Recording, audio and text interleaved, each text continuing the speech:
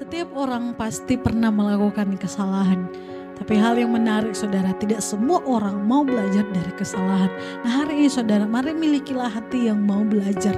Hati yang mau belajar mengerti apa yang menjadi kesalahan-kesalahan kita.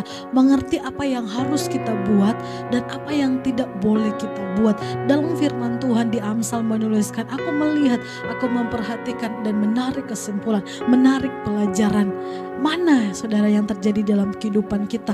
Kita belajar, hati yang mau belajar, teachable spirit diajarkan oleh Tuhan. Sehingga saya percaya ketika kita memiliki hati yang mau diajar, Tuhan akan membawa kita semakin hari semakin mengalami kemajuan. Nah dalam hati yang mau belajar, kita perlu memiliki yang namanya listening skill atau kemampuan untuk mendengar.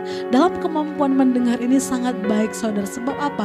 Ketika kita mendengar dan kita memperhatikan segala sesuatu yang terjadi dalam kehidupan kita, kita memperhatikan apa yang mau Tuhan ajarkan dalam kehidupan kita, kita akan mengerti.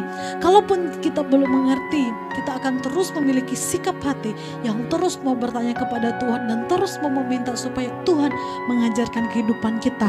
Dan ketika kita mau mendengar saudara, itu menunjukkan bahwa kita adalah orang yang memiliki sikap yang terbuka.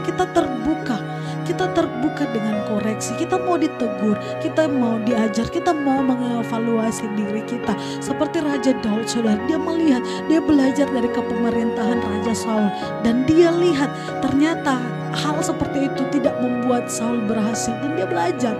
Salah satu murid Tuhan Yesus juga yaitu Petrus, dia belajar dari pengkhianatan yang pernah dia lakukan dan itu membuat dia menjadi seorang murid yang semakin hari berjalan dalam kasihnya kepada Yesus Kristus karena dia mau belajar. Nah bagaimana dengan kita saudara yang kasih oleh Tuhan? Ketika kita mengalami suatu pengalaman kehidupan, adakah kita mau belajar? Adakah kita mau membuka telinga kita untuk setiap ajaran yang sebenarnya Tuhan mau berikan kepada kita? Sebagai contoh saudara, ketika kita mengalami pengalaman yang sulit, ketika kita mengalami kehilangan orang yang kita kasih, adakah kita mau duduk diam? Kita mau buka telinga kita dan mau mengatakan, Tuhan, aku tidak mengerti mengapa hal ini terjadi, tapi aku mau belajar. Aku mau belajar mengapa semua Tuhan izinkan terjadi. Dan hati yang mau belajar membuat kita menjadi orang yang semakin hari semakin rendah hati.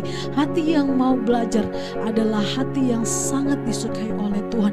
Hati yang mau belajar adalah jalan bagi kita untuk semakin hari semakin menjadi orang yang bijaksana. Kita tahu bagaimana kita bersikap, kita tahu bagaimana kita meresponi orang-orang yang ada di sekitar kita.